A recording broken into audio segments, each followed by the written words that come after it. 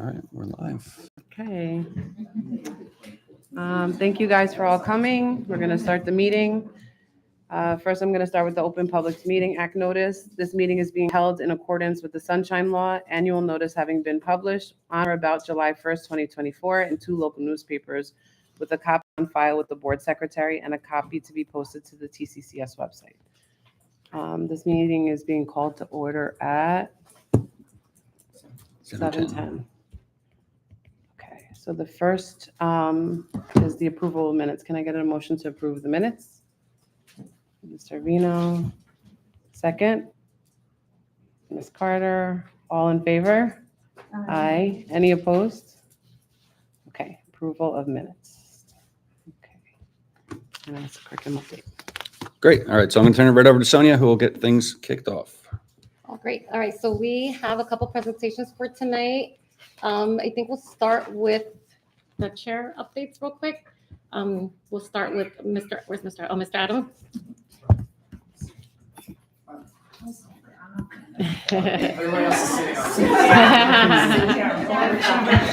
Just make sure you speak up so they can hear you up here.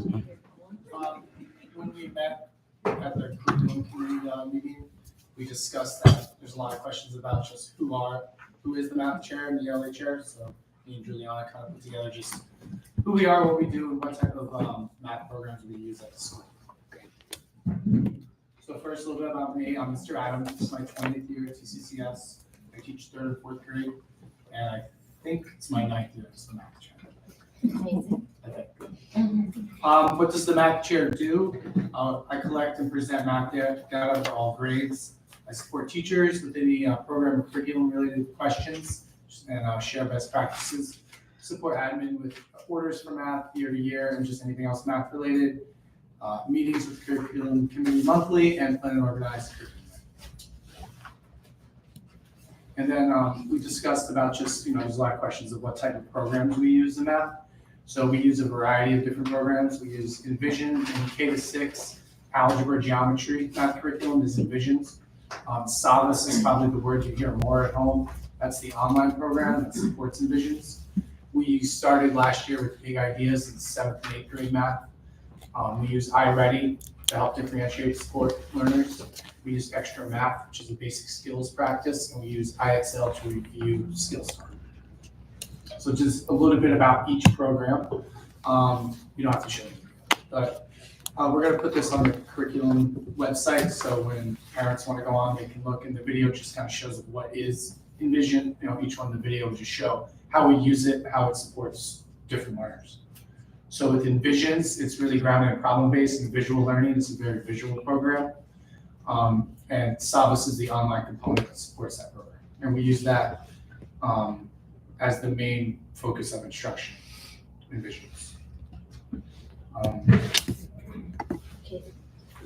Big Ideas we started using last year. It's used universal design. It helps for learning to create engaging. It just really helps more grounded examples, lessons that are more kind of relatable for the students. It has built-in interventions, and that's one reason why we switched for 7th and 8th math. We like the built-in intervention component of the program.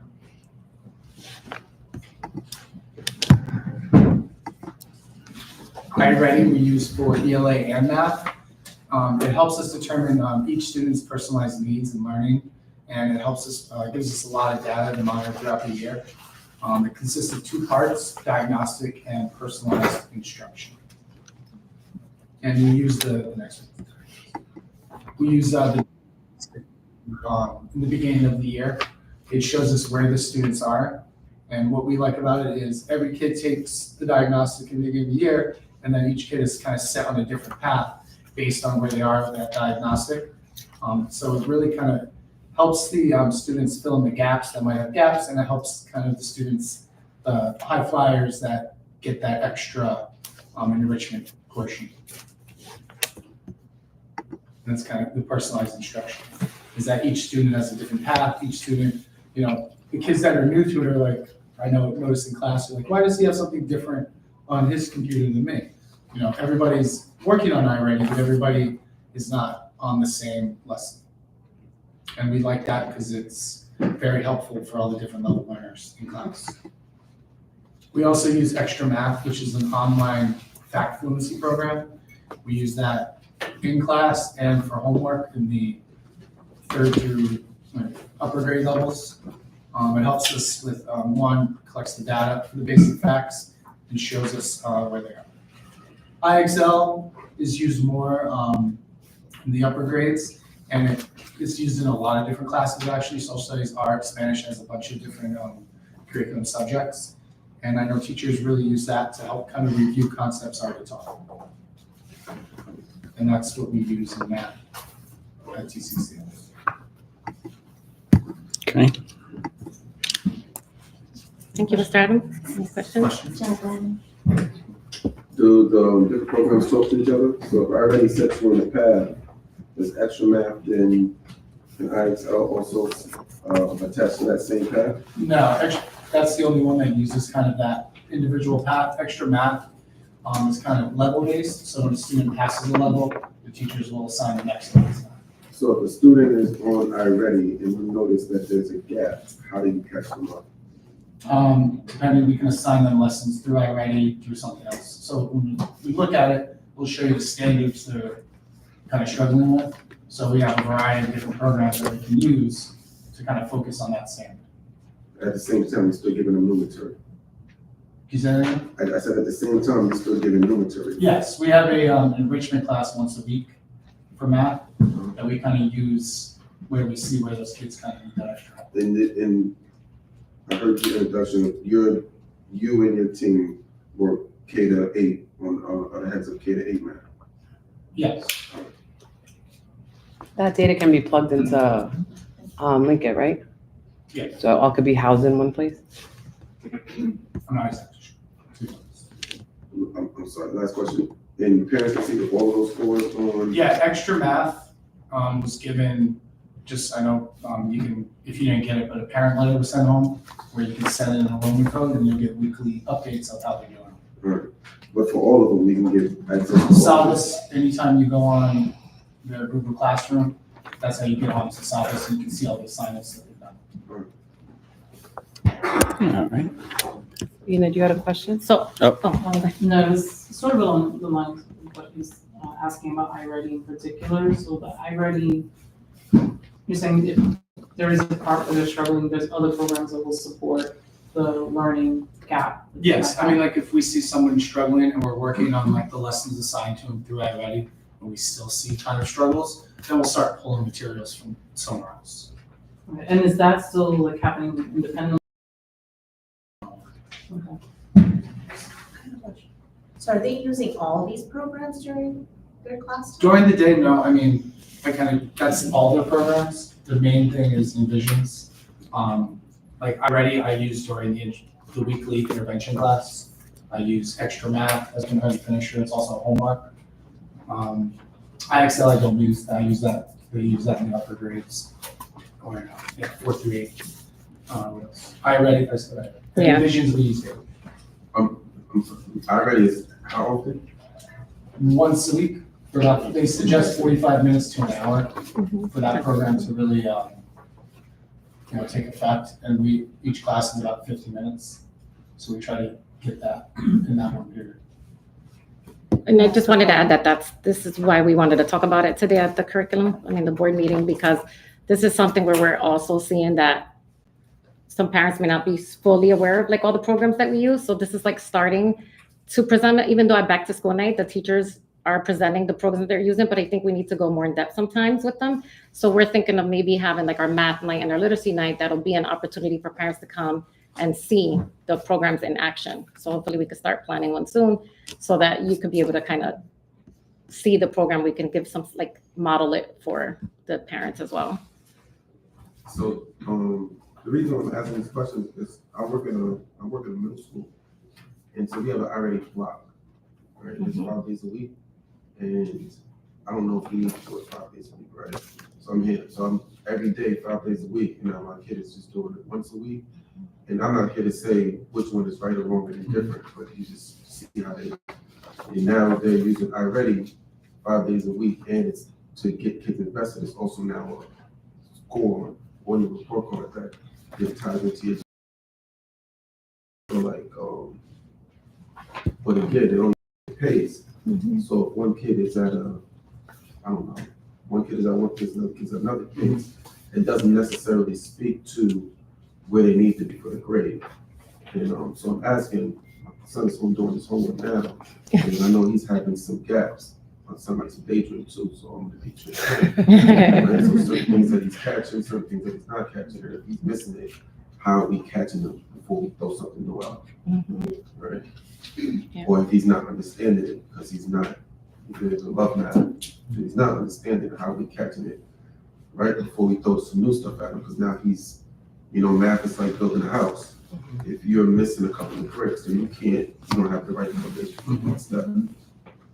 With iReady, I know it says to, like, the program suggests 3 to 5 lessons a week. For it, the program to really like take effect. And in my experience, kids have been finishing about 4 lessons. I've only had, that class 2 weeks. First, they spent doing the diagnostic. We kind of set them on the path. And that's kind of intensive and takes a little bit. So we really only have 2 classes. And right now, the whole class is averaging about 4 lessons per class. If that slips to less than 3, then I'll probably.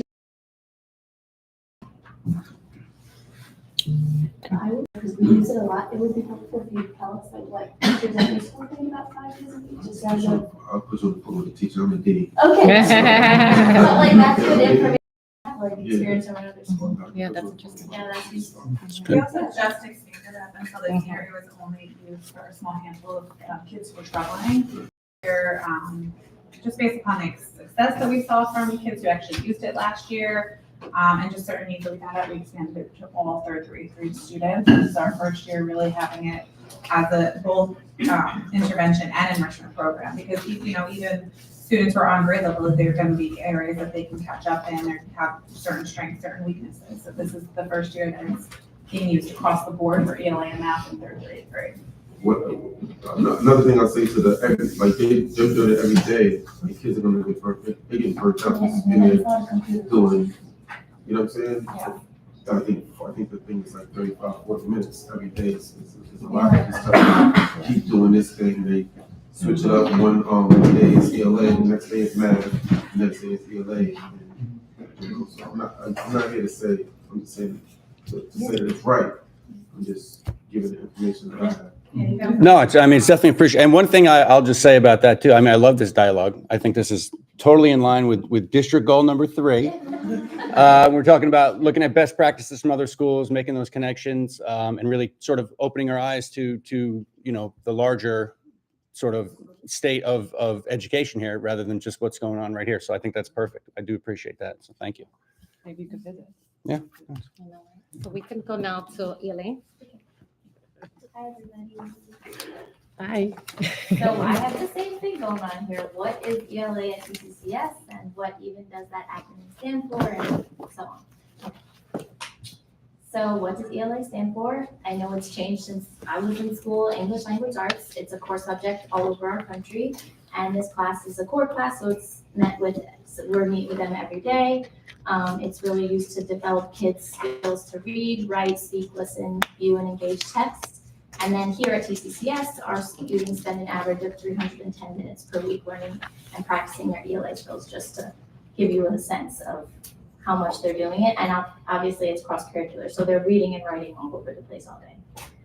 This is just me for anyone listening in who doesn't know me. I'm Juliana, they call me Mrs. G. I'm a special ed teacher here at TCCS. This is my 9th year teaching, and this is my 4th year at TCCS. Also a Teaneck person, born and raised here, and this is my 2nd year as the chair. Role of the ELA chair is to collect and present ELA data for the board meetings for the beginning, middle, and the end of the year, have a comprehensive understanding of what the curriculums are that we have at our school. So, you need a demo lesson, I could hop in any class and help out or do it, support teachers with any of the program related questions. We also help with like the materials that we need and ordering and kind of managing subscriptions like Scholastic, things like that, attend the monthly curriculum committee meetings, and then plan and organize curriculum nights. For our K-2, we have Super Kids. That's just straight off the website. That little blurb underneath is a comprehensive ELA program that's crafted for grades K to 2. And I wrote here at TCCS, we find that Super Kids fosters a love of learning. So if you're curious, why don't we use HMH down in the lower school? This is a really creative and fun way for kids to get into reading, to get excited about learning letters, and to really make the learning fun, but also really stick. We want the learning to stamp and kids to take it with them once they get to 3rd grade. Super Kids assessments. So how do we assess kids and what they know? Everybody has, the whole school has 3 tests a year. These are called the benchmarks, beginning of the year, middle of the year, and the end of the year. And then before those tests or in between those tests, you have the unit assessments where in Super Kids specifically, you learn 10 lessons, which is 2 weeks of learning. And then you have a test at the end of the week on the skills you learned. Those get progressively more complicated and more complex. And you also are given a list every Monday, and you have the spelling list for 2 weeks, and you get a spelling test on Friday. We administer the test with paper, and as they start really young, and as they, typically we like to get by the 2nd grade, they're doing it online as that's the future for them for test taking. And obviously we accommodate the kids' needs. If we see that kids are doing better on paper, we do the paper and we plug in the answers online. There's also a parent portal. You can log into Super Kids and see what's going on in there. ELA curriculum for grades 3 to 8 is something called HMH. We really like it here because it's high interest. So their texts are very enjoyable for kids. It's story based. So we're reading fiction and nonfiction text as the base of our instruction, and then we work around the text. So it's not here's your reading skill and this very rote memorization. It's here's the story, and let's apply these reading skills to the story and the text. It's very culturally responsive and relevant. A lot of the text that are there has a lot of representation. And I think what we loved about HMH is that it is both rigorous, but there's so many opportunities for differentiation. If there's so many places for this teacher to go on this platform called Ed, where you can pull, I need a small group on central idea. My kids are not getting it. I can get an activity or ideas on that. And I can also advance with they have very high leverage activities and lessons that you could administer. We give 3rd through 6th grade has into reading, and grade 7 through 8 is into literature, where the big difference there is they start doing novel studies and things like that in 7th grade, preparing them for high school. And then those 2 programs that we have at the bottom are an additional purchase, but they're great. We have Waggle, which is a word study grammar online within HMH platform. So kids in 3rd and 4th grade still have word study. We use that, kind of like a reinforce program. It's not a super different platform than they're used to. They know it. And then Writable is doing writing in real time and getting feedback. Teachers can pop into the writing. You can really centralize the target instruction. I just want you to write an intro paragraph. So we're not getting lost on write on paper. We can see what kids are doing. Really focused. So Writable's a really good one to have and keeps log of kids writing. And then HMH assessments. So the HMH in the beginning of the year we do, and the middle and the end, we do something called the growth measure. The growth measure is an adaptive test. So it doesn't matter what grade you're in. Yes, it will give it to you starting you you're a 6th grader. But if it notices that you're getting the questions right, it will challenge you to see how much more you know. And if it feels like you're not getting the questions right, it'll go backwards.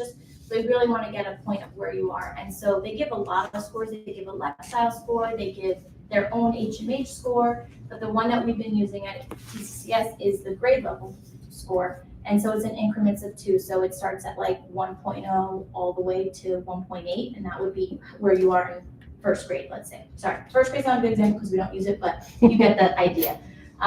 So we have the grade level averages for kids, which is really helpful because, we are standards based. If you're a 3rd grader and you're testing at a 2nd grade 2.6, you're almost at 3rd grade, you're approaching grade, you're not there, we can reference back to some standards to fill those gaps when we're doing differentiation and group work like that.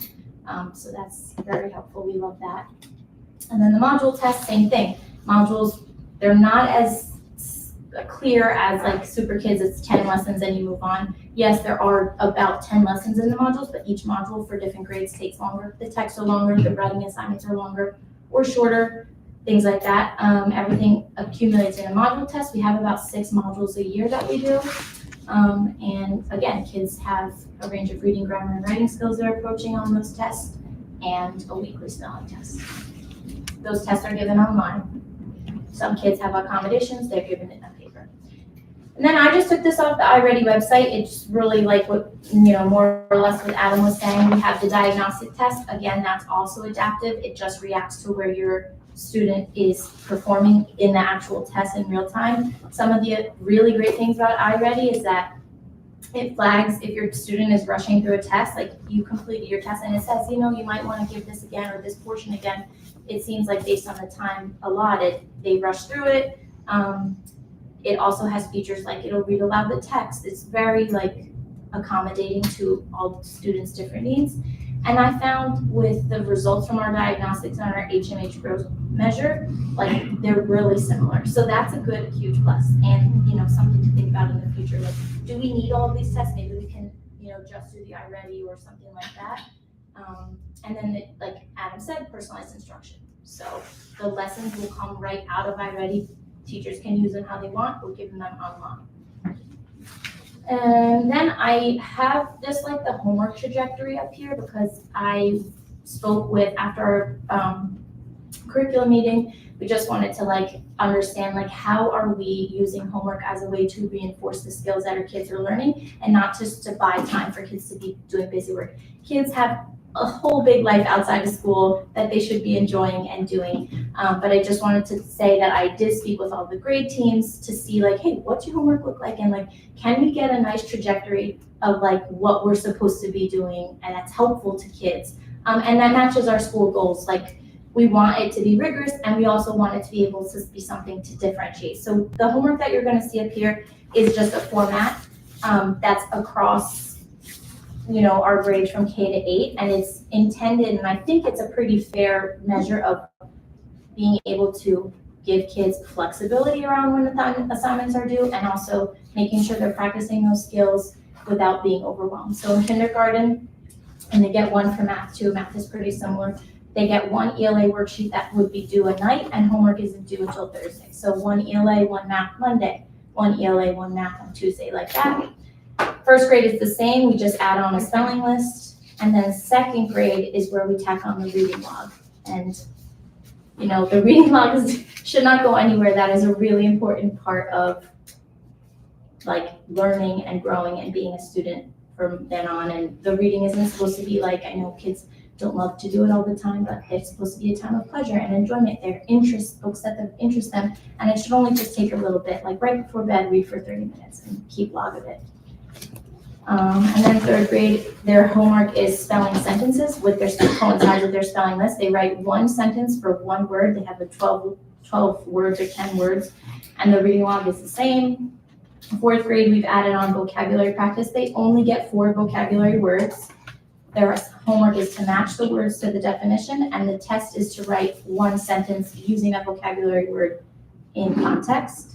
Fifth grade, if you haven't I know you guys have homework in 5th grade. If the homework doesn't look like this, it will soon. We have new teachers getting acclimated, and we're just kind of trying to streamline. So this is going to be a change, and everyone's homework is going to look very similar. Tax on, and then 7th and 8th grade, they are like I said, they have into literature. Their skills and expectations are different. They will be doing work on HMH, work they didn't complete in class, writing assignments that they'll need to do, and then vocab tests as well. And that's it. If you have any questions. I feel like I was talking a lot, but. No, that's good. All right, so our kindergartners got tested as well.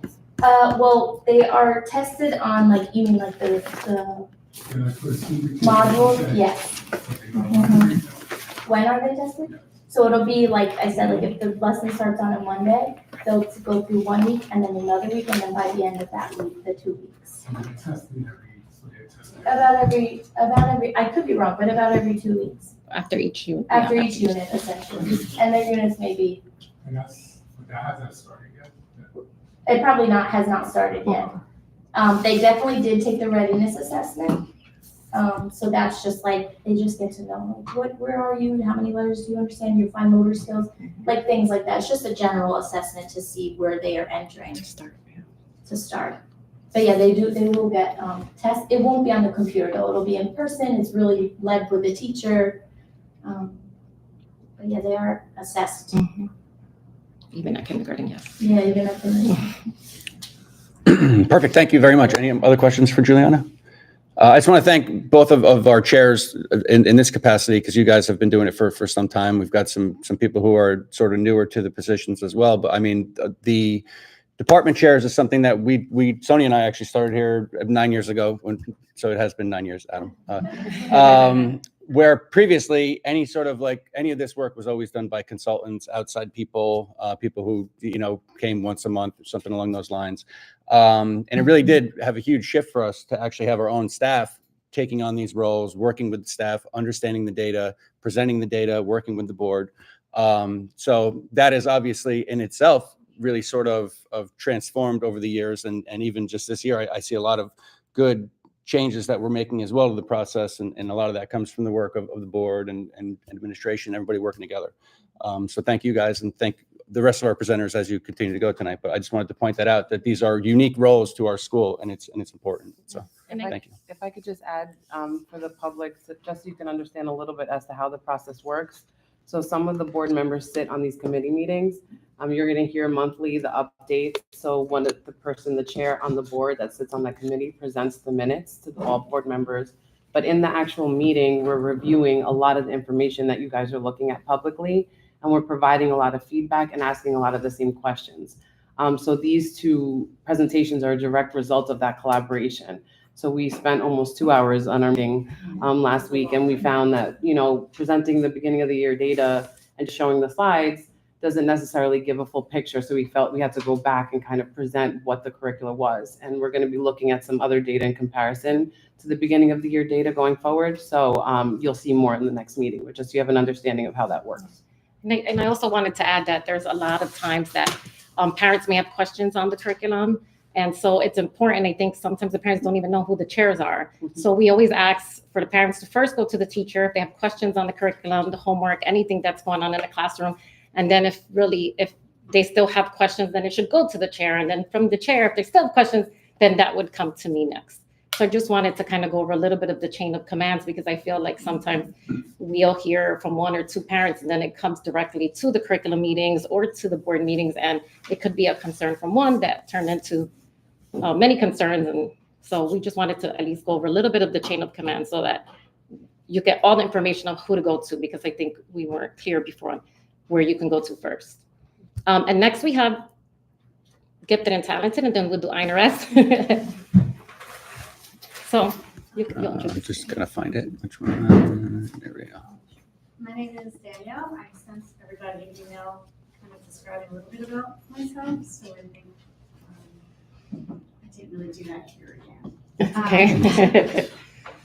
I was hired as an interventionist, but also to help revamp the Gifted and Talented program. And my first instinct was to possibly rename it and reframe the idea around what it is or what it can be, and the connotation that kind of follows it.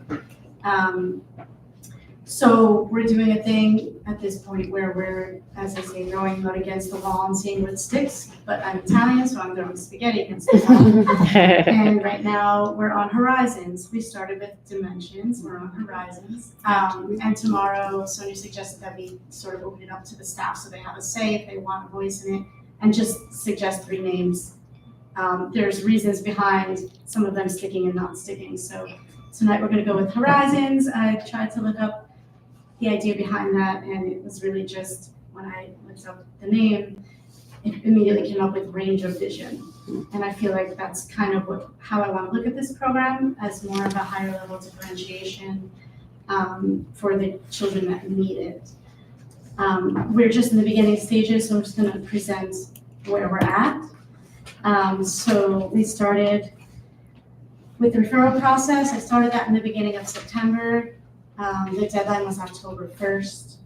We're going to revisit all of that timeline moving forward, but for right now, I'm turnkeying what we already have in place and feeling it out.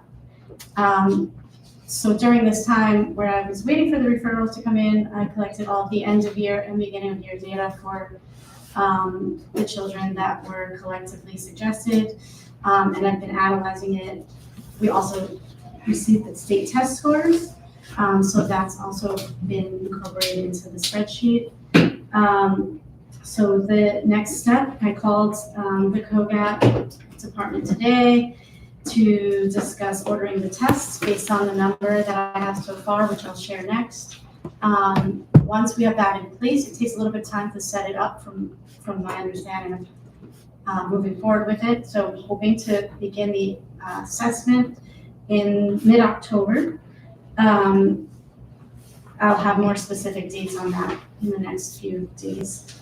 And then after we look at all the data, hoping that the pullouts or push-ins will begin by November. I'm looking to create more of a hybrid format, if possible, being that this is a role that I was hired and I am doing intervention as well, but I'm not in a classroom where I can push in if I feel the student needs that or the curriculum requires that. So I'm really stressing that it could be either or, depending on the needs. Again, the goal is that the timeline for this will be revisited and reformatted in the upcoming school year. So I have a lot of ideas on that, but I don't want to speak to it just yet. Looking at the criteria, I updated a bit of what we had already in place. So the teacher recommendations, that's what I've been told begins this process. I updated the survey and tried to add in more characteristics based on the student learning profile that I've found are being stated as gifted learner characteristics. More of the perceptive learner versus the strong learner, and just moving forward with that. The test scores don't always tell the whole story, so I think it's really important that the teachers have a say in who they believe will benefit from this program. The COGAT score, the requirement was a certain number. We've kind of reassessed that number. It's broken up into 3 batteries, so it will be assessed based on the 3 batteries as well, not just the composite score. Taking a look at the state scores, the reading levels and math levels, and student sample work if required, especially in the writing area, especially for the younger children too. And again, this process is going to be reviewed and updated. And so far, where we are at with the numbers for kindergarten, waiting for the recommendations till mid-year. I think it's important that they acclimate to kindergarten. I think it's important for the teachers to get to know them. So by the middle of the year, we'll have their recommendations in, but there's really not a rush on that right now. In grade 1, I have 6 students that have been recommended. Again, kindergarten to grade 1 is also a big leap. In grade 2, 16 students. In this school, grade 2 to 3 is also a pretty big jump because their whole program changes in the way that they move around classes and everything. So there's a big consideration there. There's 17 students that were referred in that, 19 for grade 4, 7 in grade 5, 6 for grade 6, 2 in grade 7, and 4 for grade 8. So at this point, we have 77 students that have been recommended. And that's where we're at so far. I don't know if we want to move on with that or not. It's up to you. No, let's go back. Sorry, blank slides. We can share that out of it. That was the cue. So funny. Thank you so Thank you. much. Any questions? Yeah, I know that. I know we do like a lot of the part learning. Are these for the kids that are strong learners or the kids that are struggling to learn? This program is for the kids that are needing more because they are strong learners and they're not getting all of their needs met in the classroom Got it, based on the curriculum. got it. And what why do we think that there are so many kids in the lower grades versus the upper grades? I know you're just getting it, so you probably. I have some thoughts on it, but I'm not I respect 100% sure. that. Yeah. I have a question too. How do you, in the selection criteria, I saw that it was like teacher referral, but how in that are you, how in that selection process are you trying to remove bias and making it? That is a goal for moving forward, to create a PD for the teachers to identify the difference between a strong learner and a perceptive learner. And what we're looking for with, are they consumers or are they producers? Are they asking the higher level questions? There's just more to it than being a strong learner is great, but are they able to get their needs met in the classroom, or do they need more to get their needs met? And that comes with training the teachers to look for that. I created a survey to try to be tailored to answer some of that a little bit more in a rating scale. And then the goal is to create a PD for the teachers for just that reason.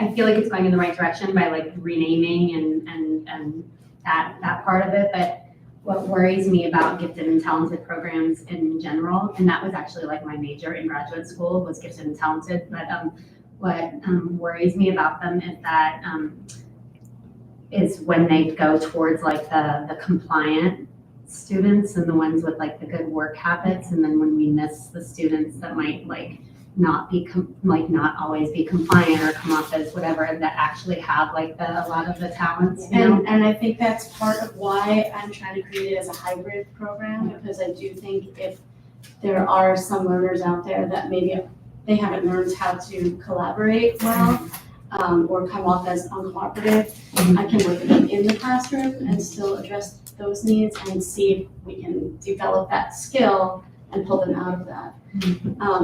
It does come down to the teachers knowing what to look for, and I think that I'd like to create some kind of a professional development so that they'll have more of an idea of what to look for as opposed to what not to look for. Because I think that teachers with their formative assessments, they actually, they have a lot more knowledge of the learner than we do as people just looking at scores. And so I'd like them to be able to address, you know what, this kid is actually on point, but isn't very cooperative right now. Maybe they're giving, more issues because they're not being challenged enough in the classroom. There's a lot of questions that need to be answered, but right now I'm just in the beginning phases to. Have you thought about asking students? I know that might sound weird, but asking them, are you forward in class? Because I think the eventually material when is, we learn who the students are, we start looking at them, we can come to that as well. I want to do some student surveys and interest surveys as well. Thank you, that's great. How much extra is the program? Is it once a week? Is it just for a couple of hours? So traditionally, it's been once a week pull-out. So again, I'm not at the point of saying that just yet. Probably going to follow suit because we're just championing it, and I've been working with Mr. Kyle on how he has done it, and then reassess it and see what that looks like. I don't know how much time the children need to miss in class, or if there are blocks of time that for them to be pulled out, they have that sense of self-agency to be able to keep up with what they're doing and do extra, or if it's going to align with the curriculum. There's a lot of different ways to look at it. I'm not quite there yet. I want to just kind of get the beginning stages set, and then I'll have more to share once we get it rolling for sure. Thank Great, you. thank you, Danielle. Thank you. All right. And we have one more presentation, our INRS chair, Ms. Dana. She only has one slide, folks. I All right. have fun. I did not realize we were doing this big, these intros. I'm Dana Durham. This is my 6th year at TCCS. This is my 10th year as a special ed teacher. I took pre-K before that. That was a huge jump from pre-K middle school, some days. So INRS is the third tier of our multi-tiered system of supports. The first tier is, what we expect teachers to do in the classroom, the differentiation for those that are struggling and those who are showing that they're capable of more. And then there's the second tier. So we meet for MTSS, our multi-tiered system of supports meetings. We jump into PLCs monthly. We talk about students that are struggling, and we put interventions into place for them. And then we meet again and we see how they're doing. So they move from tiers depending on progress or lack thereof. And then the third tier would be INRS. So they're referred to the INRS committee. We have 3 case managers. I also serve as a case manager, as well as chairing the position from the committee. And then I assign to the case managers do an observation or a couple of observations. They talk to the teachers, they set goals, they put interventions into place.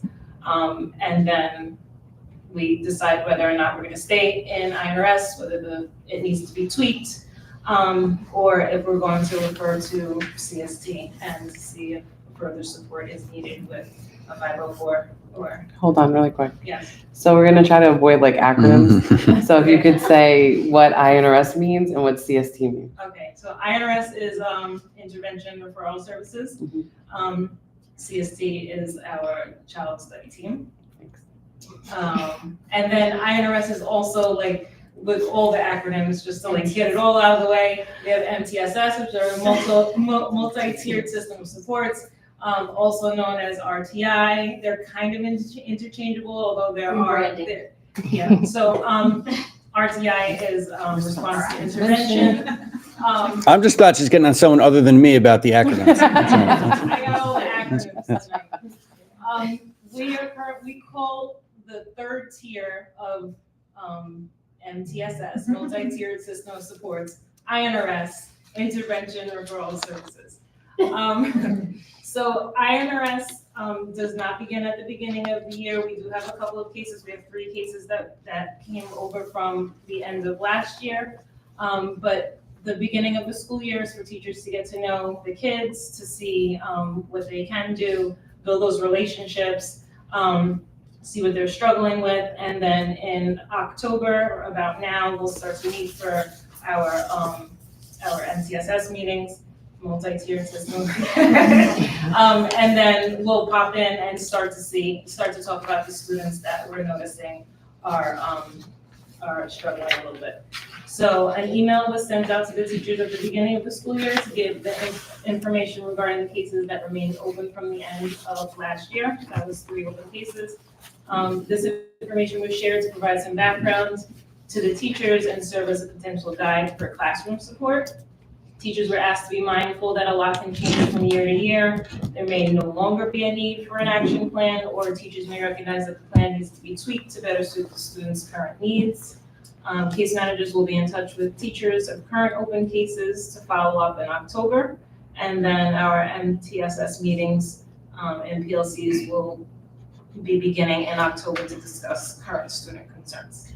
PLC. PLC, what did I say? Oh. Professional Learning. It's PLC Professional Learning Committee? Yes. Community. So that's what's going on with INRS. So it's just getting up and running for this school year now. Thank you. Thank you, Ms. Thank you, Dana. Yeah, so again, I just want to echo what I said before. All of these people are teachers as well. So they do have their hands full, and the fact that they're able to do this in addition to that as extensions of administration, we like to definitely remind teachers that they are quasi-administrative roles, that, and their recommendations are not just recommendations, it's really an extension of what administration wants. So I do appreciate all the work that you guys put in. Thank you for coming out to these meetings and especially for introducing yourselves tonight. It's a good way to start the year, and you're going to be very impactful this year. So thank you. Thank you.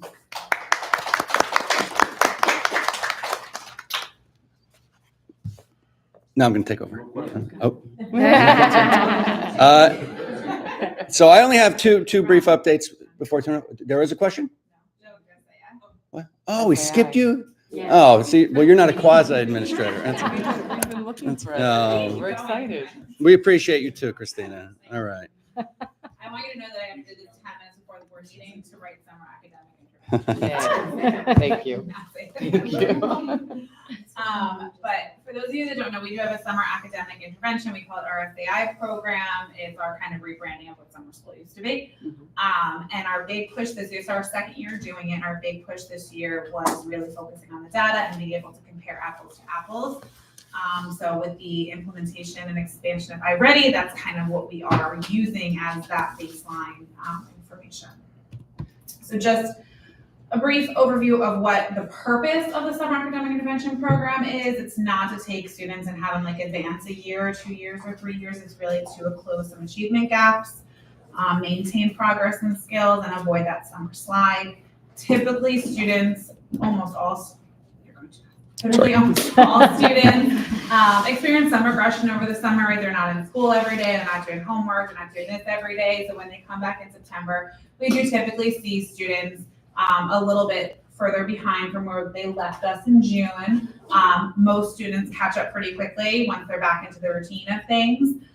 Some students take a more extended period of time to catch up, and those are the students that we wanted in our summer program so that they're not taking the first 9 weeks of school to get back to where they left us in June. That loses a lot of instructional time, and you're talking about our students. So we want to have them for 5 weeks over the summer to really avoid that significant summer slide.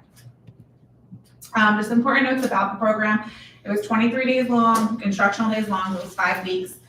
Throughout the month of July. They did get a long weekend over July 4th because it was on a Thursday, and coming on Friday would have just been mean for everybody. When we looked at the progress, we did look at the spring assessment data, like the May-June assessment data. They did take, most of them took a diagnostic in the SA program as well at the beginning of it, but we really assessed like that May-June assessment data and the fall data to see kind of where they were. Not all students completed the diagnostic assessments at various points. It wasn't a mandate in the spring, so not all of them had that spring data. We did find that some of them didn't do it during the SAI program. You know, definitely, I had parents calling me like, "Can you open up that test again? Because I just found out my child didn't do it." And so we did for some of them. And then some students went on vacation. They went here, they went there. So we got the most comprehensive data that we could. Like both Julie and Adam said, our diagnostics, it is a pretty rigorous, comprehensive assessment that is not just given in one day. It is given over time. So now you're talking about a shortened program period, only 4 hours a day. So we don't want them to be sitting there for a week and a half of 5 weeks just doing an assessment. 12 students did attend the lower school program. 4 of them did not finish the program due to family commitments, vacations, camps, other things. Overall, our attendance rate in our lower school was 68.84%. In upper school, 18 students attended. Out of the 18, only 2 did not finish the program due to the same things. I actually kept commenting all summer about how impressed I was. And Miss Lee's theory of if you feed them, they will come proved accurate because, you know, we got like breakfast food and stuff for a lot of them and snacks for them, and they just kept coming. So it works. That's going to be like our main focus on the budget for next year. Food for them. Waffle makers, pancakes, everything. Full course brunch around here. It's going to be a working brunch.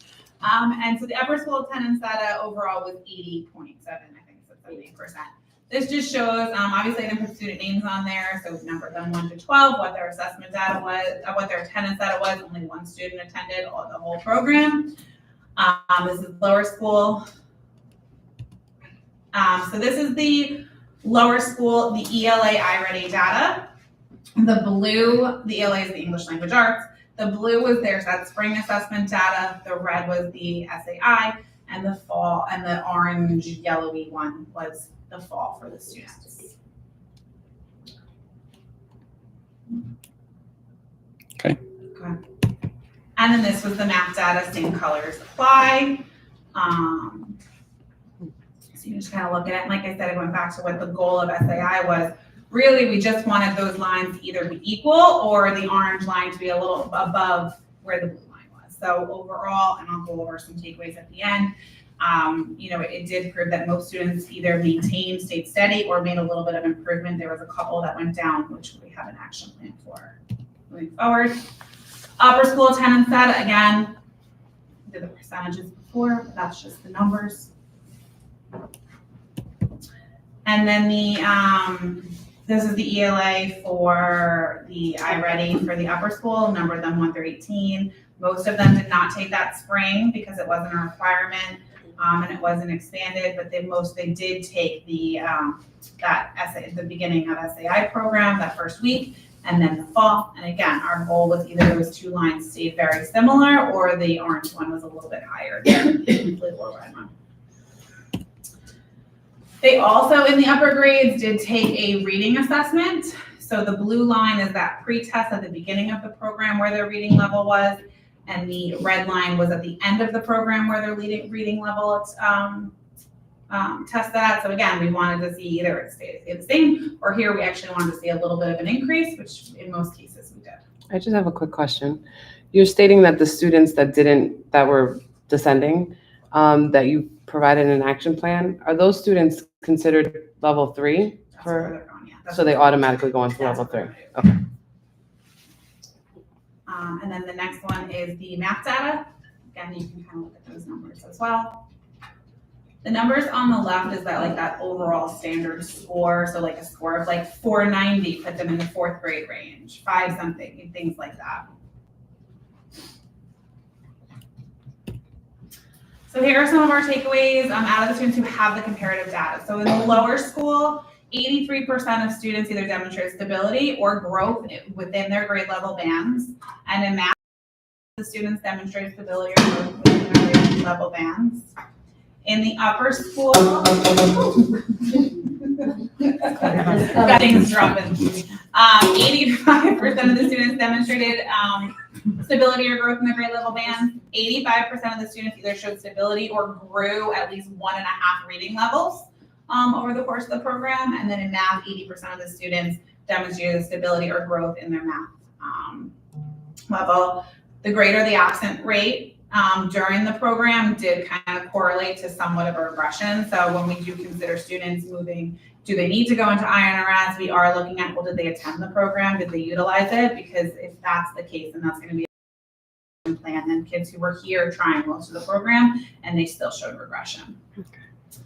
So our next steps, SAI data is to be shared with general education teachers. Also, like I said, all 3rd through 8th graders now have iReady, so they all have historical data within the program. So teachers do have access to all their historical data, but we do want to make sure that teachers know, hey, these 12 kids or these 18 kids specifically were in the program. So go ahead and look at their data, look at their individualized or personalized learning plans, see where their achievement gaps are. Like if the program is self-prescriptive and will put them on their own path, but also that gives teachers good information for small group instruction if children need to be, to basic skills, if they need to be in interventions with Danielle, things like that. Students who continue to show regression will be placed automatically in Tier 3, our INRS or Intervention Referral Services program during our first round of meetings.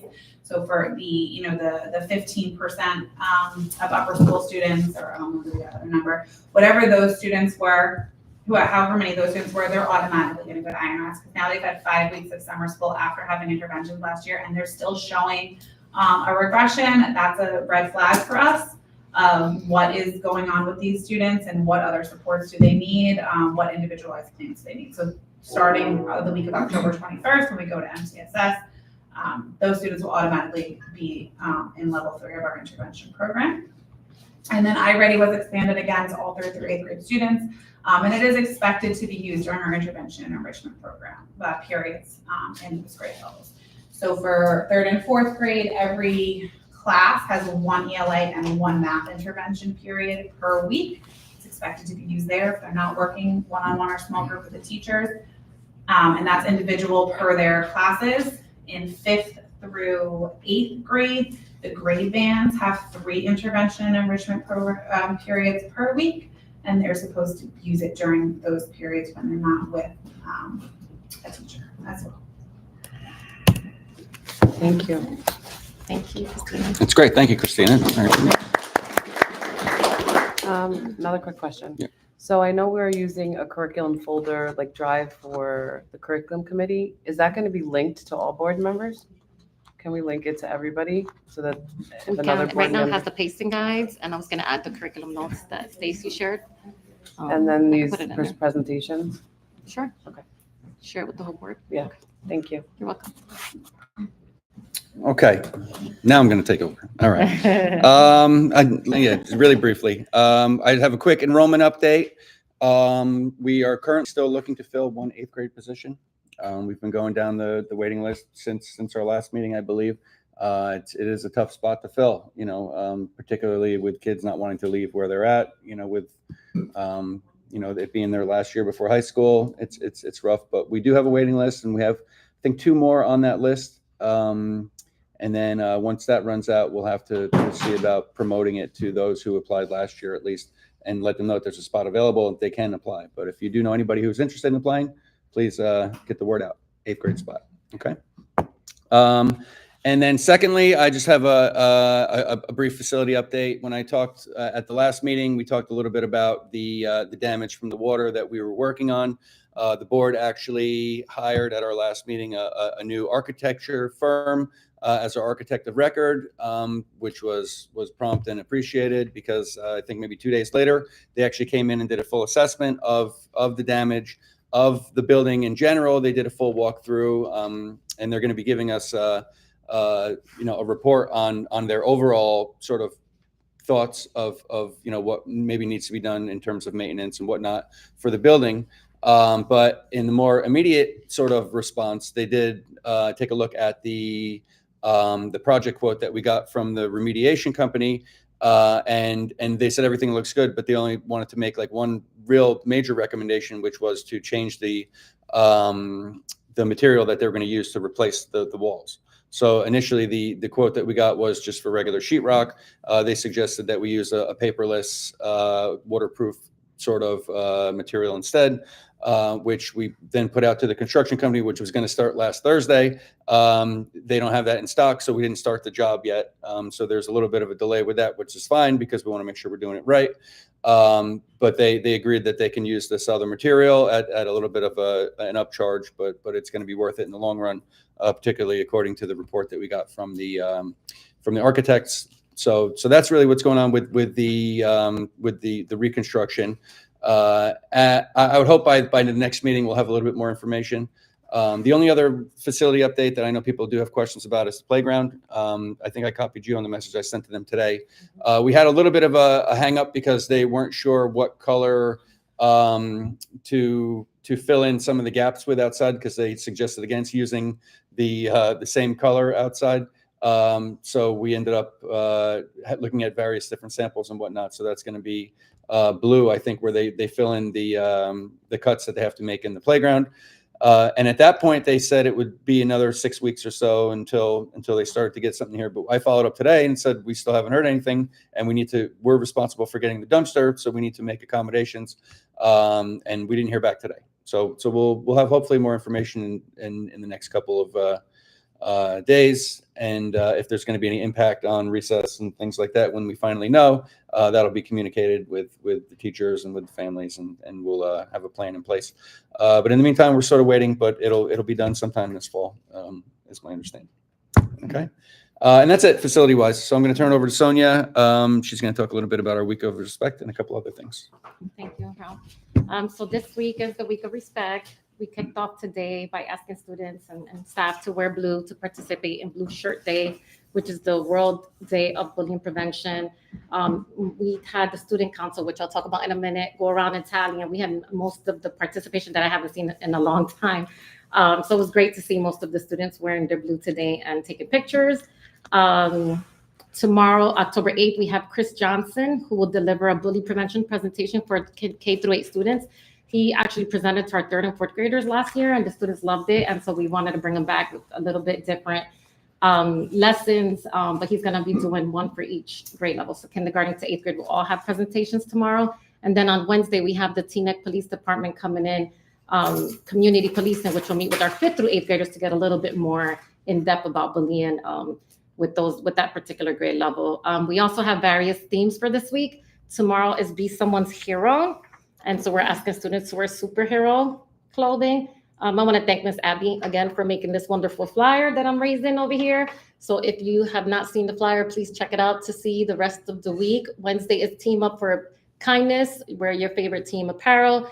Thursday's Respect by Diversity, dress multicolor or cultural attire. We also have the Hispanic Heritage Month event on Thursday. And then Friday, October 11th is Comfy and Cozy. So it says everyone deserves to be comfortable with who they are. And we ask the students to wear comfy clothing on Friday. Also, other events we have, and Friday's a half day. We also have this Thursday, the fire department is coming to visit our K through 2 students. Like I said, we have the Hispanic Heritage Month event from 6 to 7:30. And then the following Thursday, we have high school night. And I'm having a 7th and 8th grade parent trip meeting. So everything starts at 5:30 for 7th and 8th grade parents. And then we have an arts night for parent and child that you need to sign up for.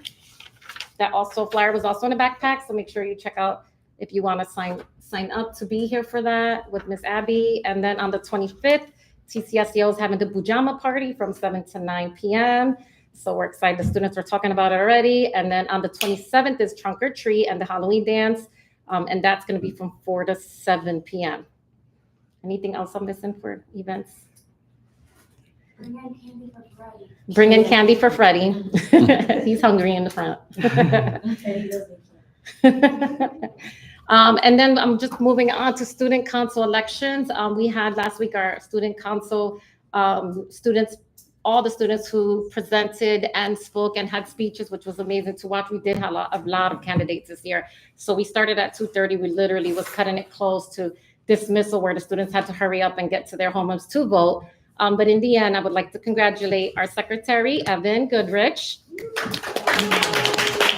our treasurer, Sammy Silverman, our vice president, Zoe Hodge, Zoe Hodge, and our president is Isabella Cruz. So congratulations to all of our new student council. They already came this morning ready to go to help me with announcements. They went to tally up the respect week because we are given a trophy. So everybody's excited. So all the teachers are in competition to make sure that their class wins this wonderful one trophy that we have for this Friday. So thank you to the student council for helping me with that. And the next, really quickly, I just wanted to talk to last board meeting. There were some concerns about lunch and recess periods. And I just wanted you to know that we take any concern that comes to us seriously. So we look into it. So immediately we were all pretty much at lunch for every single lunch period, trying to see what was going on. Kindergarten to second grade, we've been having them come a little bit earlier because the teachers, lunch doesn't start till 11:15, really by 11 o'clock, they start coming in kindergarten to second grade. So they have a little bit more time, but still with kindergarten to second grade, there's a lot of reminders and help that they need. So we did see that could delay sometimes the process and them finishing their food. But I think we were able to like divide and conquer with the staff and to be able to kind of do the reminders, help the students with their food. And third and fourth grade, what we noticed is that when they were coming in, because they go to recess first, when they come inside, they're trying to figure out where their friends were sitting. So it would delay them from starting to sit down because they were just like waiting. So what we did is made a little change, and now they're sitting with their classrooms, which I know they're not very happy with that, but that does help them get to their seats and get them started. I did receive one parent concern from the 3-4s, and when I specifically went to look at that particular student, bless you, the students didn't want to finish their food. So I was able to communicate with the parent, like within 3 days in a row, me and Ms. Anders are checking, just because if I get a concern, I'm going to look into it.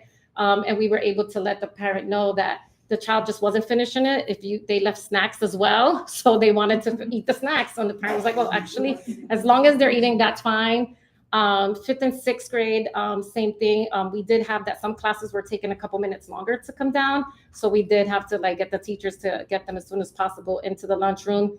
And we also noticed that the 5th and 6th graders do not have snack time. So what their parents are nice to do is they give them lunch and snack. And so basically when they finish their lunch, they're having like chips and things on the side. And they're like, well, I'm having my snack. And so at one point we were allowing them to take just the snack outside, but that the custodians were just asking if we could try to prevent doing that because there would be a mess.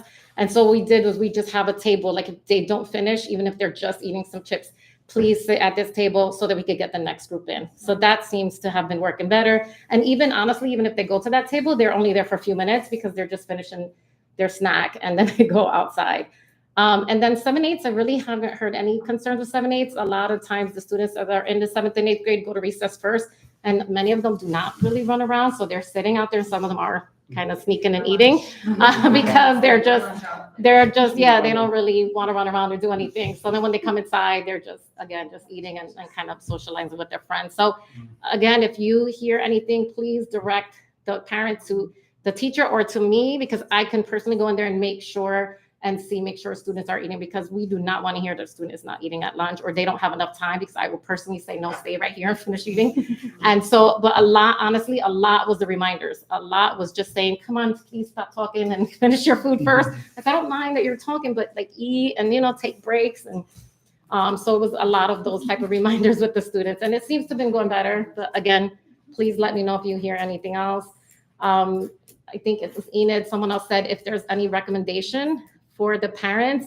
I think the teachers, the people who work in the lunch are just saying things that are easier to open is beneficial. If you remind your student, if you're going to give them snacks, maybe separate, because sometimes in K through 4, they might have lunch and snack. So if you give them the snack with the lunch together, many of them are eating their snack and then go into their lunch. So that's why they're not finishing their lunch. So I don't know if you can label it separately or have them leave their snack in their classroom and not bring it downstairs to lunch, because they're kind of trying to dabble in both lunch boxes. Most reminders we have to give is, I need you to eat your main meal. I need you to eat your main meal. Not just have like Doritos for lunch and then time's up. Like, yeah, because then they eat their snack and they're full, and then so they don't even want to finish their actual lunch. Sometimes I say, well, then if you don't finish your lunch at lunch, then you're going to finish your lunch at snack, because then it's like kind of you're going backwards. But the most important thing is for them to be eating. But that was the recommendations from the monitors, just something that's easier for them to open, easier to eat. If you do, we understand if you want to send rice and things like, but also understand that it's going to take them longer. Whereas if you get a sandwich or something, it might be a little bit quicker for them to eat. So just thinking of some of those things, and you see how your child eats and you'll understand. Another thing is the monitors were saying, even just say, please talk to them on what they like, because they also see students throwing away lunch. And they have to stop them. Like, what do you do? It's a whole sandwich and maybe a little bite. And they're like, you're throwing away food. I didn't like it.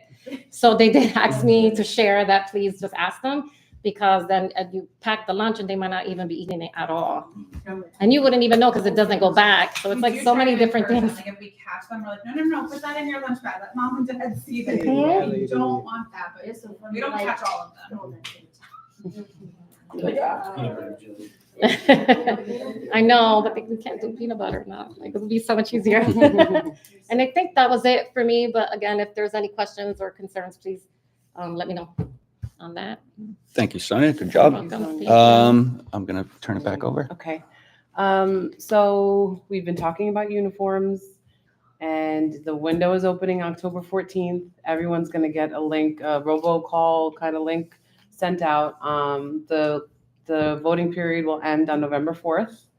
And then we will present at the next board meeting whether or not we're going to proceed with uniforms. Okay, so every household, yes, every household, every teacher, please make sure your voice is heard and vote. I have a question with uniforms. So are the 8th grade parents, because a parent asked me, which I thought was a good question, are the 8th grade parents voting on that because their kids are not going to be here? I think they There are should. uniforms, You think and so? they're saying- I'm leaving that to They you. don't think that they should be voting. So I guess we could talk about that as a board. I mean, I think the only we should. point that's somewhat related to that, I mean, they get to vote for next year's board members. Mhm. I mean, it's the same, Yeah. right? I mean, so they do have a say as part of the community in that regard. So, yeah. Yeah, I mean, we could just talk about it quick amongst us. I think it would be good to have them, I mean, they're part of the current community. So I think to have full community representation, I think it would be good, but I'm open to hear what other board members think. Oh, and then I have siblings too. Yeah, they might be younger siblings. You're fine with it? What do you think, John? No, it's fine. Fine? Fine. All right, 8th grade parents are voting. It's perfect. Okay. I do have another question Yeah. though. Is there gonna be information sent out about potential costs? Like actual information about it, not just, do you want uniforms, yes or no? So we did talk as a board, and we talked about it in a couple of meetings over the summer, that one thing we've been talking about is the equity of just making it available for everyone. So making sure that it's interchangeable with what's available at local like Targets and Walmarts, color schemes, and then some students can purchase like embroidered. But we want to make sure that we offer an array of selections for families to make sure that the cost is not too impactful. And that's something that we definitely like. We were talking about. Sonia did meet with a company that's able to like emboss the symbols on it and stuff like that. But it's not going to be required that the students purchase those specific ones. It would just be they'd have to purchase the specific colors. So any color of blue Any for a shirt well, or royal blue. Well, that's what we were talking about, like if we did at Yeah. least uniformed where it's like the right color, and if we decide khakis, then at least if it's the right colors, then we don't mind if it's a uniform shirt without the embroidery. well, has that been decided, the colors? You know, is it gonna be just blue? Is it gonna be gray? Is it what color pants? We talked about, no, we didn't get that No, far. I think what we did was we started to get some quotes, but could be, but most of it sounded like it would be like the blue Blue with the and khaki. khaki, Mhm. like a It royal seemed like blue. more easier. They said the white would probably get too dirty, so that they didn't recommend the white. So I'm almost certain that at the end it was made more sense with the blue and the khaki. And we also had to talk about gym, Mhm. you know, like on the day you have gym, you know, maybe like gray sweat or something like that. We Yeah. haven't finalized that. They have like a gym type of, so it's like shorts and a t-shirt or sweats. And it also has like the embroidery, and then that would be that you wear it to school, because obviously our students don't change for gym. So it would be that day they could wear that for school when they have gym. And we also have to talk about when we would begin. So there was some conversation as to middle of the year. I think we've settled on starting next year. So that would give us a couple of months between November and the end of the year to define some of the information you're talking about.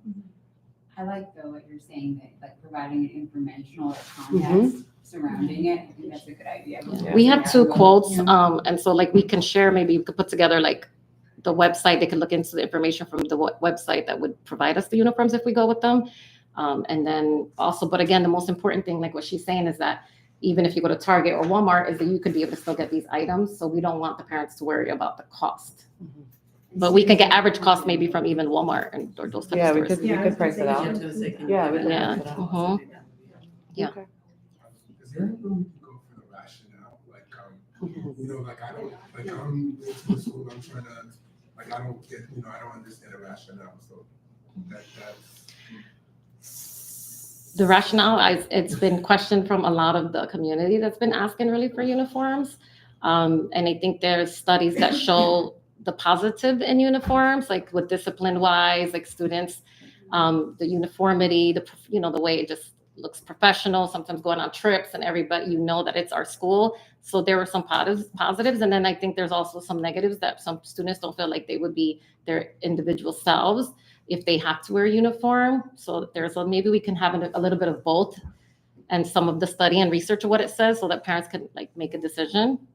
Yeah, we just don't want to skew the vote, but definitely make sure the information's available. So we could look at, maybe we could send out with that robocall. Is it possible to send links with it? Like we could send a link. for Yeah, the there'd be, cost I'm sure, well, regardless, there's going to be a link for the survey, and we can get anything tied to it that you want. That's fine. So it really does lie on both sides. You know, some people can argue that it's positive and some say it's negative. So we can try to present some of that research out just generally to inform you. So we could work on that. You said students get a chance to vote too, right? Yes. Oh, you I said thought that? we are. You said no. Oh, I did. Sorry. That's I know we said logistically, that's teachers, not but- something that we would be looking to do. No. Oh, okay. Sorry, we said no. The reason why we said no is because at The first student would tell the parent, right? at first the teachers were part of the discipline conversations over the summer, so they had a lot to say about uniforms.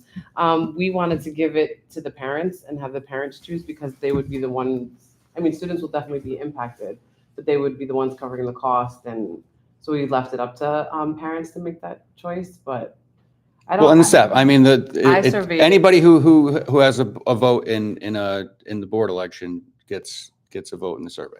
I did an informal vote. I just kind of brought it up. I was in the building during theater camp, and I kind of asked a group of kids at a table just how they felt about it, just to see. And the whole table was pretty much split, which I thought was amazing. One of the things that they definitely brought up was the option of skirts versus pants for girls, things that would make them feel comfortable, their variation within what they would be offered. That was really important to them. But it was split down the middle. They were more upset about the Crocs than uniforms. Even if it doesn't count towards the full vote, right?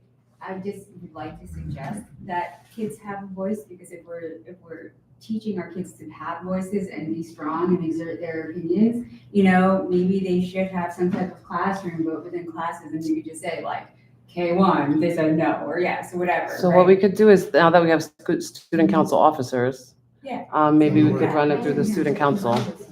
Just so they're part of the conversation. Would you guys feel that we need that information before we open it up to the community?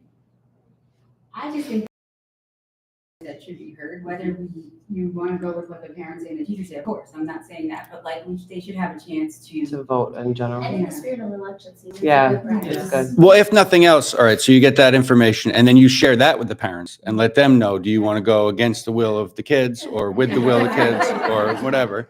Because ultimately, right, it's their decision, but just for informational purposes, this is what they were thinking inside. I mean, so yeah, I don't think it has to run, consecutively. I think it's actually a better piece of data before the survey goes out. So I think that's something that we could probably put together. Will they be able to do that? That we could do with a Google document. That's, Okay. again, it's not scientific. It's not anything. Yeah, that I think you can have Yeah, I your don't think student we're gonna council share do the that. cost and all that. I'm not No. sure they don't care about all the other details.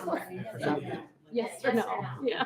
You also said you were gonna include, like, looking up some of the research? Yeah. Mhm. Okay, yeah. Because when I look it up, I don't see any research that says that there's beneficial. So I would be interested in seeing the research that you all say that you had found that said that there is. If you even go into like school uniforms and stuff like that, they have some research that they already have posted on their website. Okay, yeah, I would love to actually like be able to Yeah. read that and understand like rationale. My school district that I work with just went through this and they were able to pull a lot before that election series. So I'll try to get a lot of it. Okay, great. And sorry, I'm just making notes. Yeah. And I just want to clarify, we're talking about real uniforms, not like dress code, right? Real uniforms, like khaki collared shirt uniforms. Culture and Mhm. Does that include shoes or just? It wouldn't include shoes, right? We didn't. I think we just would say like there would be a color, but or like if it was just black shoes, they could wear whatever shoes as long as they're black. We weren't gonna require those school uniform type shoes. I So thought we they would- could wear any shoes. Any color, any.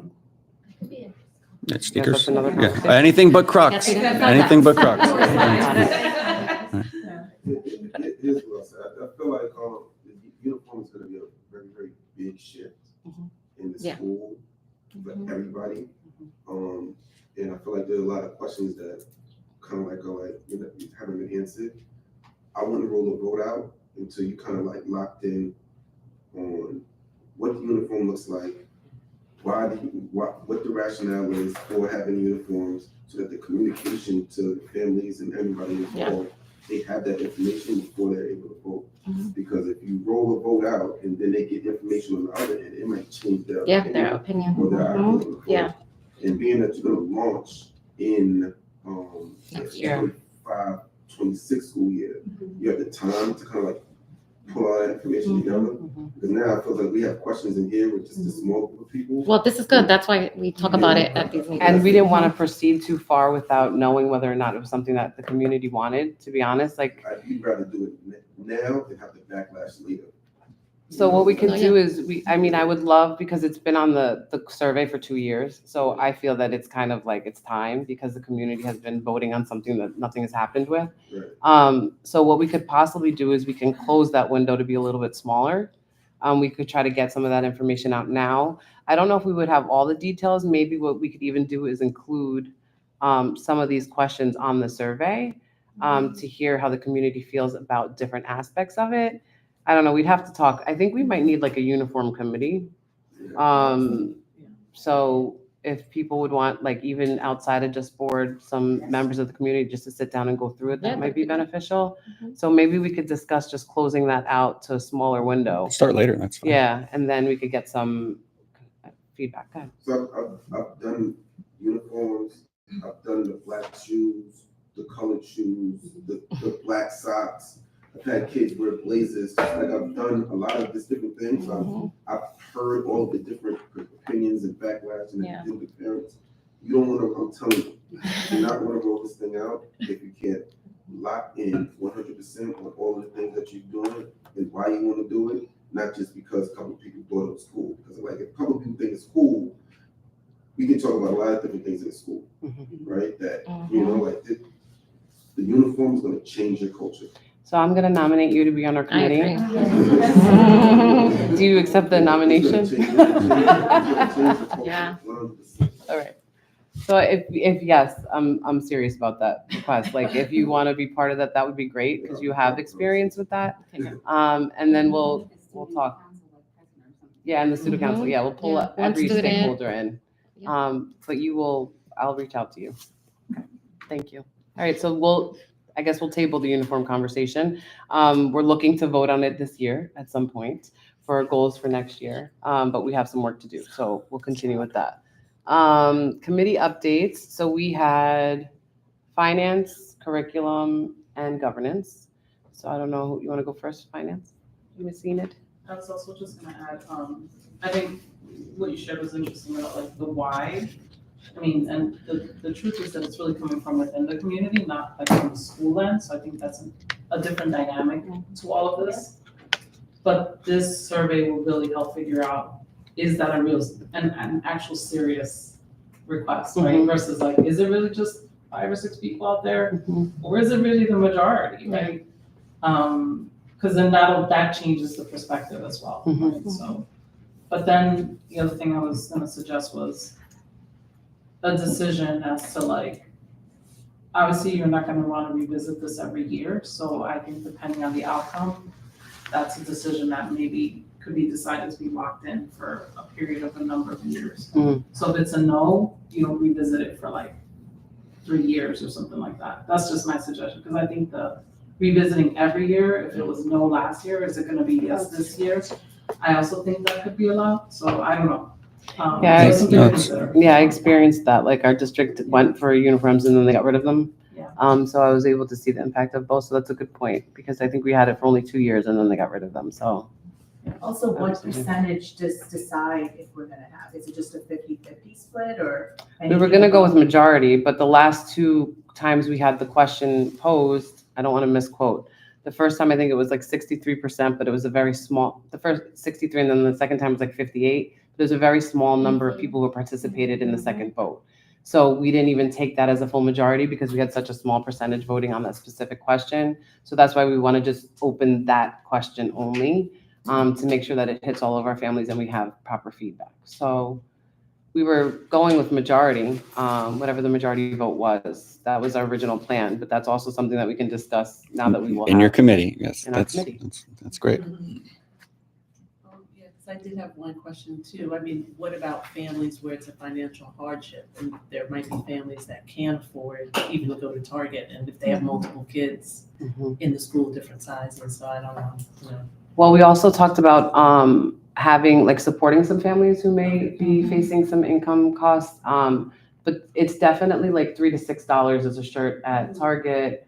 Not that everyone can afford that, but you know, we wanted to make sure that there was an option that was a little bit more reasonable. So those are things that we were discussing. But that might affect the vote too, so you might want to put that in there that could be available. An option.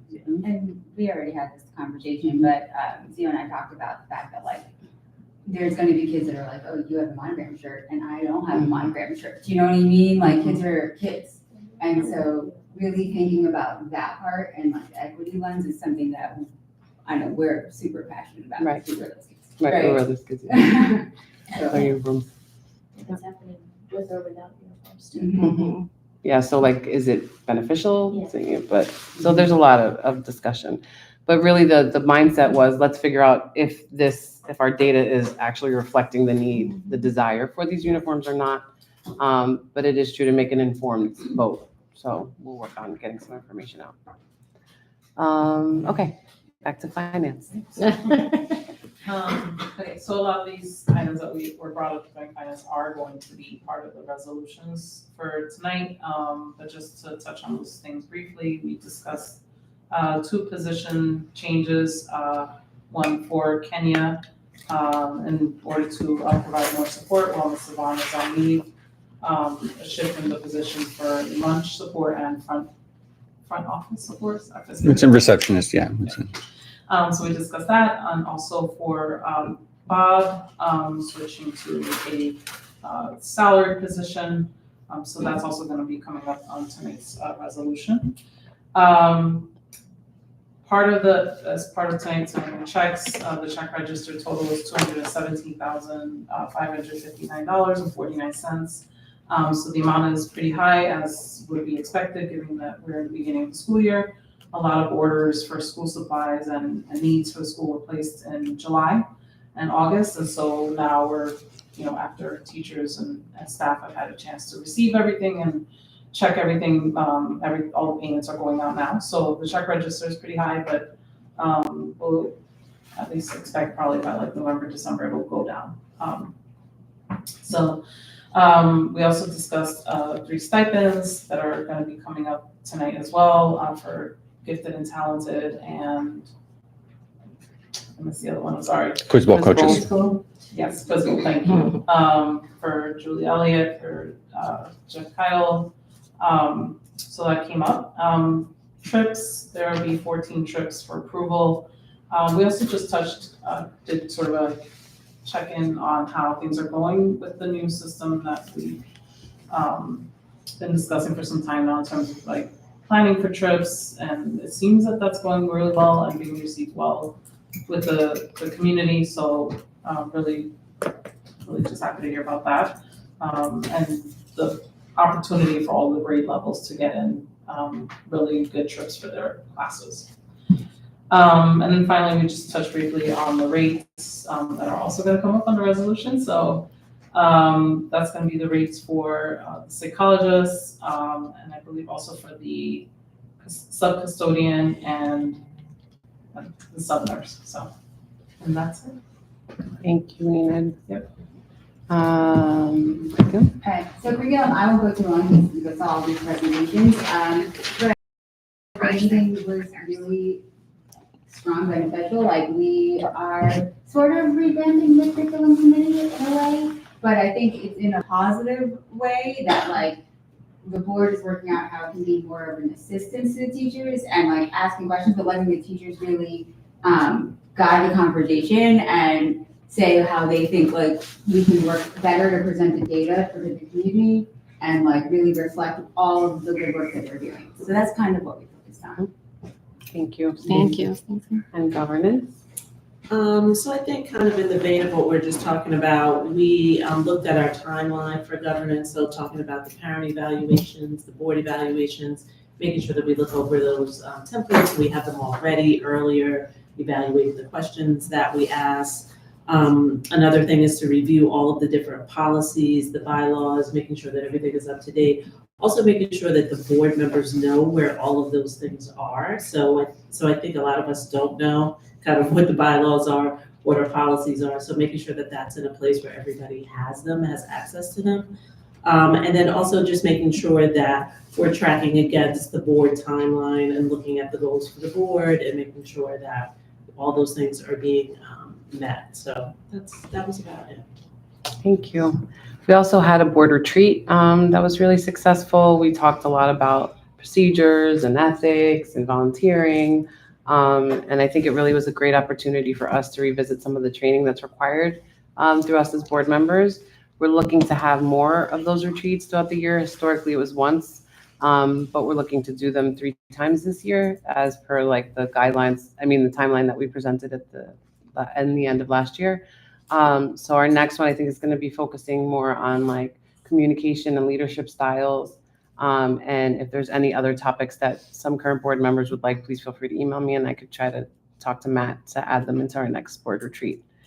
And I think that's it. Announce the resolutions. Okay, so we have 9 resolutions for this evening. The first of them being our budget summary, which are all the bills that we've paid since the last meeting. We've got the SBA financial reports for July and August that Tom had shared out with the board last week. Well, we've got the extracurricular appointments that Enid mentioned before. We'll be appointing Danielle tonight as our G&T chair, and we have two quiz ball coaches that we'll be appointing as well.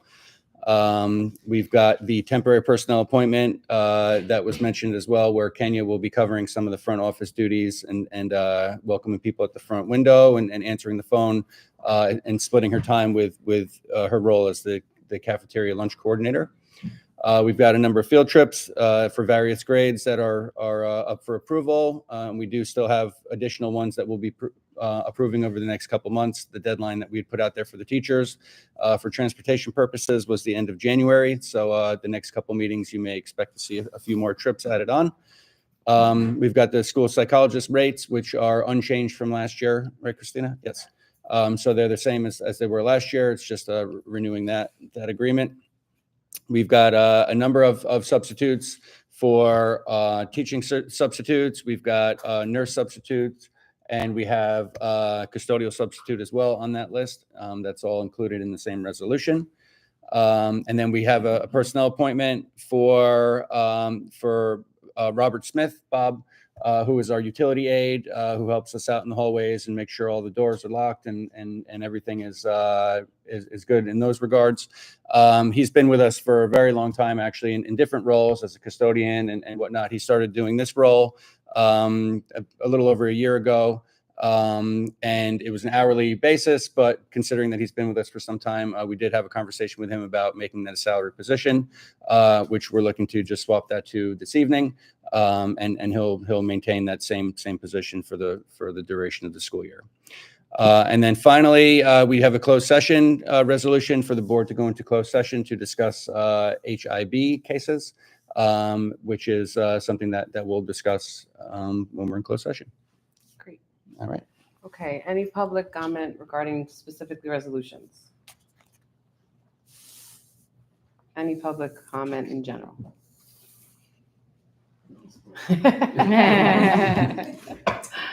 Okay, all right, so, oh, go ahead.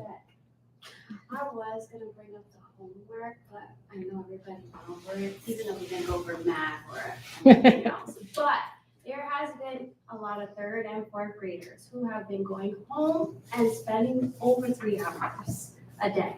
So I don't know what's going on over here, but they do have extra activities and they do have family time as well that they haven't been able to spend because they're spending amount of time. There's been points when I've been like, all right, you're done, because we're not doing this. 3 and 4 hours a night, it's It's a lot. 3 or 4 based on hours. because I spoke to the teachers and I have the information of the homework that they give, and even in ELA, it's from Monday, not due till Thursday, Yeah, so but I don't I think what happens understand. is they focus more on probably studying, because you have to study for science, you have to study for math, you have to study for ELA, and plus they're doing other stuff.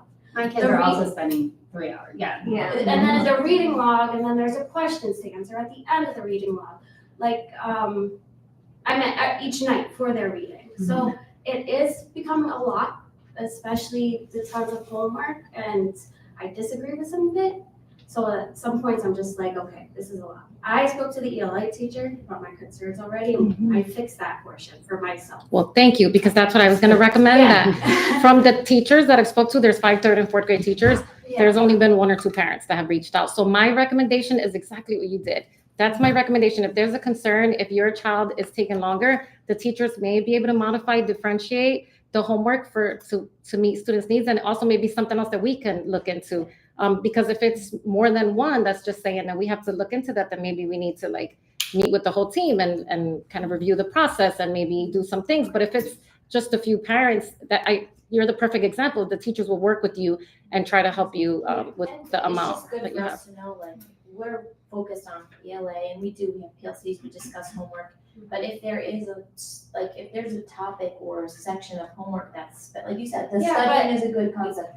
It's good for us to know, okay, how much time is it the ELA homework that's taking away the time, or is it the studying? Like, that's really important information for us to And then know. also it's like, That helps us. my portion of some of it is like, okay, I've spoken to the ELA teacher, okay, if we're reading and answering questions, then during science home, he has to bring homework, he has to read and answer questions. So that's basically doing ELA work. Yeah, I think it's important for the teachers to know the why also, like 3 hours, 4 hours of homework for third and fourth graders. That's a lot, and it shouldn't be getting that high, but also the teachers need to know like the why. Are they taking 3 to 4 hours because the work is hard for them, because they're struggling, because they don't remember what happened in class, because they're getting distracted? Like, what is the why as to what's going on at home? Because it's going to be different for each kid. And then the teacher, knowing that, can tailor, because the teacher may say, look, this math sheet should take them 10 minutes. And if it's taking them 20, 25 minutes, cut them off, write me a note and say, I cut them after 3 problems because it was taking an excessive amount of time because of X, Y, and Z. And that the teachers need to know, because if they come in and everything looks 100% correct, the teacher's gonna be like, okay, great, you know everything, we can just move on, when that might not be the case at home. but that's exactly what I thought, and that's why I actually contacted a parent who I know her daughter is like amazing. And she's spending a lot of time on homework as well. And then that's when we all like, Yeah, so, I'm sorry, I'm together for a long time, and it's not just 2 or 3. There's a lot of us, only 2 or 3 of us are here right now, but there's a lot of us who checked in with each other before coming. And we love the teachers. We love the teachers, and we will talk to them. But our kids are, we have a large range of kids, like of learning different needs and stuff. But all of us are talking about it, and the majority of us our kids are spending a lot of time. And that's why it's concerning to hear that only one person has reached out. So I think what's important is it comes with a lot of things that we have recently unfolded, is like lunch or different things, that if only one person is saying something, we really don't know.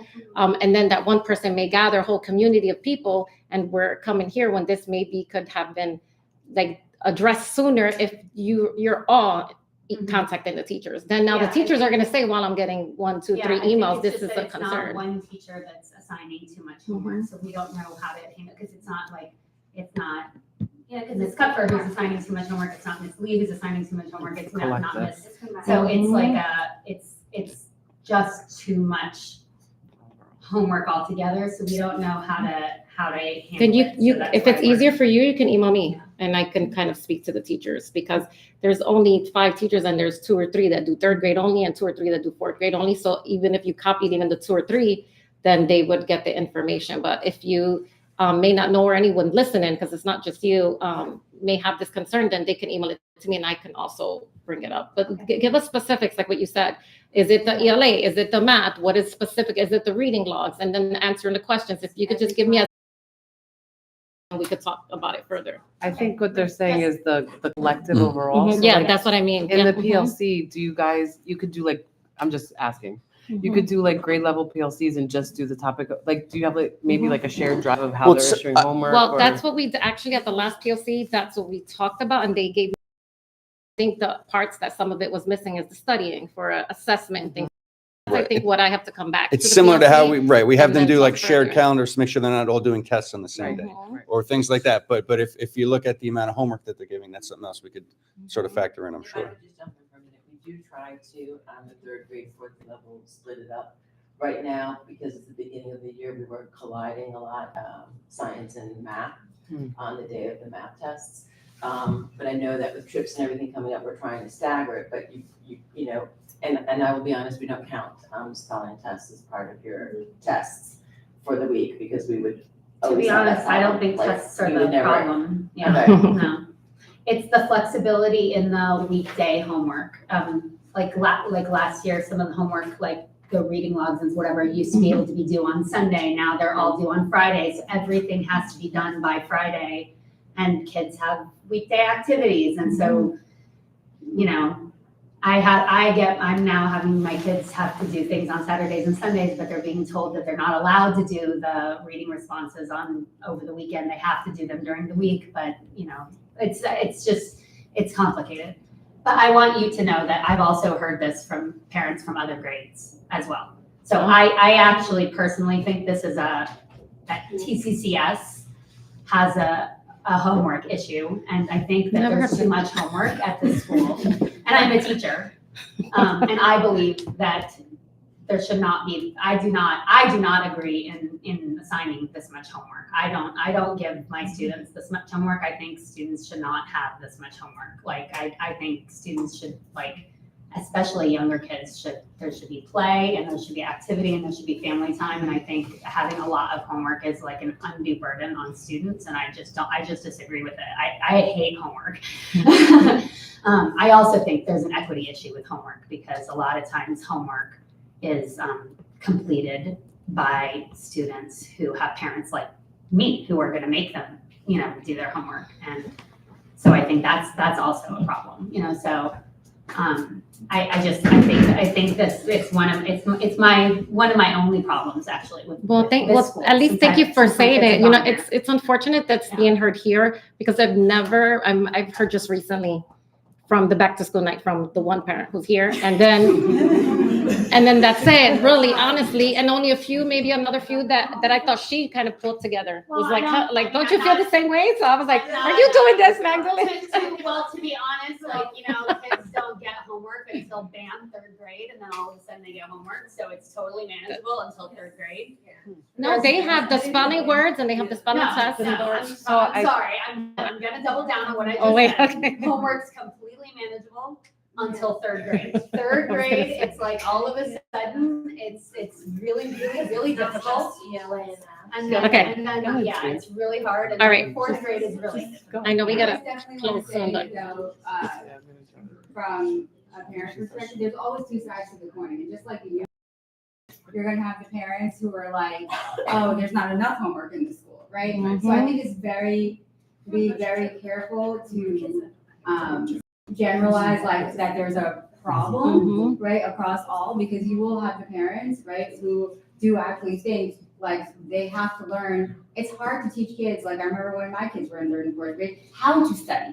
That takes time. How to manage your time, and how to do like time management of your homework if you have a whole week to do the packet, right? So like there's going to be the flip side. And so I just want to name that, like, I totally hear what you all are saying, but I do think that it's more of a teacher issue, right, than it is like a systemic problem in TCCS, because I could tell you from 2 kids who went through this whole school system and stuff, they have great study skills. They're in college. They're able to manage their homework because it only gets more and more and more up until they get to high school, right? I also want to say that this feedback did come through curriculum in the last curriculum meeting, hence why some of the presentations this evening did address homework. You're not falling on deaf ears. So this is a conversation that will continue at both levels, in teachers and PLCs as well as board. And we also, I said to my governance chair, like, make sure you add that on the survey. We're going to be looking at surveys a little bit more frequently this year, so that we can how you feel about, the community feels about that at that grade level. So thank you for sharing that feedback, and we'll definitely revisit it. I also want to say, I think parents held back because it's only been like 1 month of school. Right. Yeah, that's true. Like this month, they really felt it. Like I know I felt it, honestly. But what I know In is 4th that grade. the 3rd and 4th grade teachers, this is the same homework we've been having for years. That's my only So thing. if it was a concern, I then didn't we feel probably like would have you're heard on this tonight. before. It's the same. Mhm. Yeah. I mean, I have a 7th grader. I don't remember that. It's been the same. I don't remember that like feel of like, oh my gosh, this is overwhelming, but it may be very different. And we have made some curriculum changes. There may be many variables that are contributing to this. So I think this is the beginning of a conversation. And hopefully we can find a middle ground for everybody. Because to be honest, I think that the goal is to have ELA and math homework. And my understanding on the 3rd and 4th grade level as a 3rd and 4th grade teacher, that there isn't really science homework assigned every night, right? No. So It's only when you don't get it finished, and you're given like numerous days, periods, times to get it done. It's not the science. Right. It's the ELA and the math, yeah. So, okay, Yeah. All right, so this, The science isn't overwhelming. The ELA and the math is taking like the kids 3 hours a day. all right, well, thank you so much for your feedback. Like I said, we will definitely be talking about this more. Please, as Ms. Torres said, reach out to your teachers in the meantime, but we will be working, you are heard. So we'll be working at every level to address Yes, and this. I can't stress that enough, to, make sure that you do reach out to your teachers. because, you And know, with they might not suggestions, realize that. The suggestions are helpful because in real time at home, you guys know what's happening and how realistic it is. So if there is a suggestion like less number of sentences to do a week or less amount of prompts to do a week, like that's something we would always consider. I want to also add for parents of children who are in our after-school program, if you're ever having concerns with homework being done, we do have homework time, and we are, popping in and making sure that homework's getting done. If you need me to pop in for certain students, please let me know extra. But contact us also if you're feeling like your child is coming home at the end of the night. When you're picking them up from you working, you shouldn't have to be spending more time doing homework because we do have a lot of time. They might not get it all done. We do try to let the parents know, like, they didn't finish their math or, they didn't finish whatever it is that still has to be done. But we do have teachers who are there to help them because not every parent is a teacher and like I can't help my daughter with her math at home. So it's helpful, for somebody else. Somebody else will do it, yeah. And these are for mine. I do, sorry, one last comment. Has there ever been thought about that Monday through Thursday calendar? Because it's sometimes helpful if they have a lot of activities during the week, if they can kind of finish a bunch of this stuff over the weekend. I mean, So again, I think we should reach out directly to our teacher just for time constraints. I think you should reach out to your teachers or Ms. Torres, take advantage of the after-school program. Know that we will be talking about this again. But in regards to specific feedback and recommendations, definitely open. I would suggest that you reach out to Ms. Torres with those. So hopefully that you can present at the next meeting what works. And you wanted to say Oh, and something I that. just wanted to say for an after-school program, I mean, you're right on point with that, because my son is in that program, and he does a lot of his homework, and he's in 4th grade, so he does get a lot of the homework done there. He does. And this is not a sales pitch, guys. This is it. I mean, so. Okay. All right, moving along. Any other public comment? Okay. All right, ready? Okay. Resolution 2410-01 Budget Summary. Be it resolved that the budget summary for the September 10th, 2024 to October 7th, 2024, total amount $217,559.49 be approved. Moved by? Vallejo Justy moves. Second? Lazu seconds. Sorry, Avina. Any questions or comments from the board? Avino. Yes. Bahari. Yes. Carter. Yes. Goodrich. Yes. Lazu. Yes. Vallejo Justy. Yes. Had not, yes. Resolution carries. Resolution 2410-02 SBA Financial Report July and August 2024. Be it resolved that the Board of Trustees approve the SBA Financial Report for July and 2024. And guess what? That's why it's alive here. Okay, August. Oh, July and August 2024. Moved by? Vallejo Justy moves. Second? Goodrich. Goodrich seconds. Any questions or comments from the board? Avino? Yes.